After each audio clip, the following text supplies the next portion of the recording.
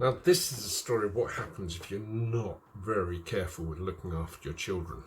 There are stories of fairies taking and swapping children that go all the way across the world. This story also says look out for jinn. So, it's well known in parts of Cornwall that the fairies will take away the children of lazy, dirty mothers and tend for them carefully before returning them with a sharp lesson. And it was this way that Betty Skoggs nearly lost her baby.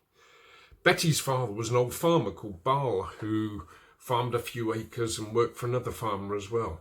Betty was his only child and stayed at home in the daytime. She was growing up, cutting furze and turf, but in the evening she went to church meetings. She was sharp, she was clever in her words, and at these meetings she met a man called Jan the Mounster who sized her up and decided she would inherit and that she was worth getting to know. So he pretended to be interested in the meetings and he and Betty became close, and it wasn't too long before she discovered she was with child. And her parents, anxious for an honourable future for their only daughter, made all kinds of promises to this wastrel Jan, who eventually agreed to marry Betty if her parents would give them the great polished copper warming pan to hang up opposite the door of the cottage. In its due time, the baby was born, but by now Betty herself, as well as her new husband, were coming the worse for wear.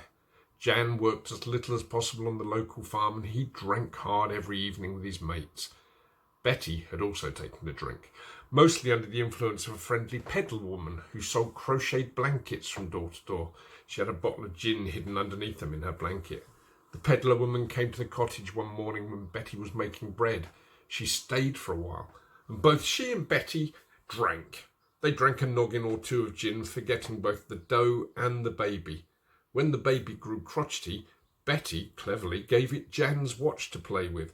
Soon the watch had been thrown down into the ashes of the fire. Although Betty in a panic tried to save it by washing it in the dishwater, it was never revived. Jan, of course, came home from his day's work, and the bread was so hard and Jan couldn't get into it with his wood axe, let alone eat it. And he found out about his watch. He tried taking it to St. Ives to get it fixed by a watchmaker, but the watchmaker said there's no chance. So there were more fights, and they got worse, and they drank regularly, and they were so drunk the baby was neglected. Sometimes it was left alone for hours, crying or not. One night, Betty and Jan came home late from the local alehouse, and the cot where they had left the baby was empty. They were distraught, despite their drunkenness. They searched all night through the village and the woods and all over the shore, because they're in Cornwall. There wasn't a trace of the baby. They were heartbroken, for they loved that little one in spite of treating it so badly.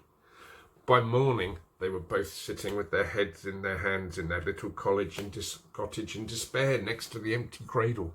The cat came in, mewling loudly, and it wouldn't stop, so running round and round the two of them. At last they got up and followed it out to a bush where the cat stopped, and there on a patch of green moss, in the middle of all the furze, was the baby, carefully wrapped, clean, dry, and sleeping contentedly. Inside the wrapping there were flowers of all sorts, violets, primroses, mint and balm, scented and fresh and bright.